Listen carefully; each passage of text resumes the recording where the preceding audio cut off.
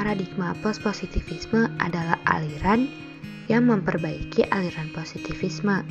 Di satu sisi, post-positivisme sependapat dengan positivisme bahwa realitas itu nyata sesuai dengan hukum alam.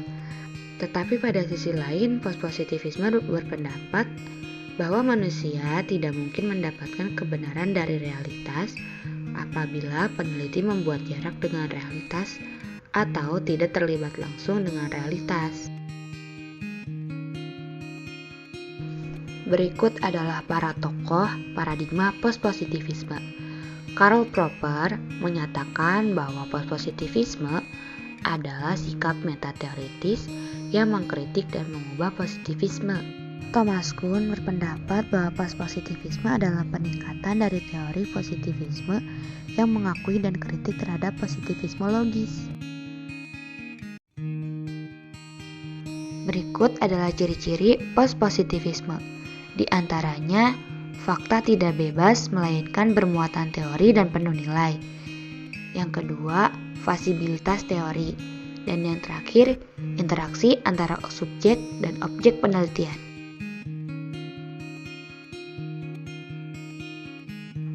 Jenis-jenis post-positivisme itu sendiri ada 3. Yang pertama, epistemologi.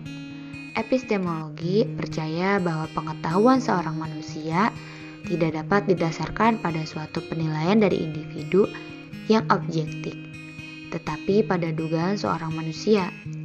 Yang kedua, aksiologi. Penelitian dapat bebas nilai. Post-positivis mengambil posisi bahwa biasanya tidak diinginkan tetapi tak terhindarkan. Post-positivis bekerja untuk memahami bagaimana aksiologi mereka, yaitu nilai dan keyakinan. Yang terakhir adalah ontologi, percaya bahwa realitas hanya dapat diketahui secara tidak sempurna dan probabilistik.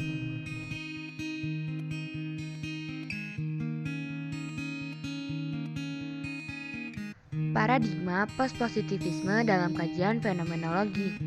Setiap penelitian yang membahas cara penampakan dari apa saja merupakan fenomenologi. Fenomenologi itu sendiri merupakan sebuah pendekatan filsafat yang berpusat pada analisis terhadap gejala yang membanjiri kesadaran manusia. Fenomenologi adalah studi tentang pengetahuan yang berasal dari kesadaran atau cara memahami secara sadar. Berikut adalah contoh kasus, yaitu teka-teki penyebab banjir besar di Kalimantan Selatan. Banjir besar yang menerjang wilayah Kalimantan beberapa waktu lalu memantik banyak perdebatan panjang. Selain karena curah hujan yang ekstrim, tak sedikit pihak menuding bahwa penyebab banjir adalah karena masifnya pembukaan lahan. Faktor inilah yang kemudian dianggap menjadi pemicu banjir besar di Kalimantan Selatan.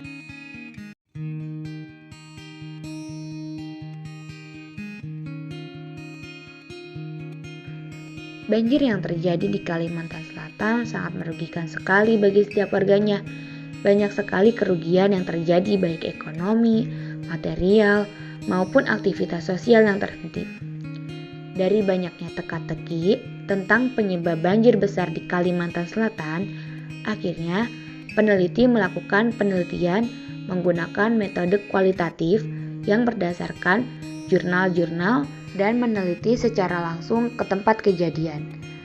Akhirnya peneliti menyimpulkan bahwa terjadinya banjir dikarenakan curah hujan yang tinggi dan penurunan luas hutan, yang mana membuat berkurangnya daerah resapan air.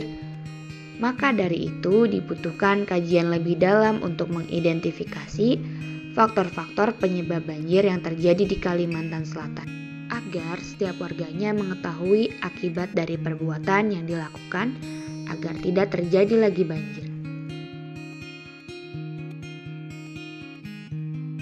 Jawaban dari teka-teki penyebab banjir di Kalimantan Selatan merupakan contoh kasus dari paradigma post-positivisme. Karena dalam penelitiannya, peneliti menggunakan metode kualitatif dan terjun langsung ke tempat kejadian untuk mendapatkan jawaban yang konkret terhadap penyebab banjir di Kalimantan Selatan. Apa yang dilakukan oleh peneliti tersebut sesuai dengan pengertian paradigma post-positivisme.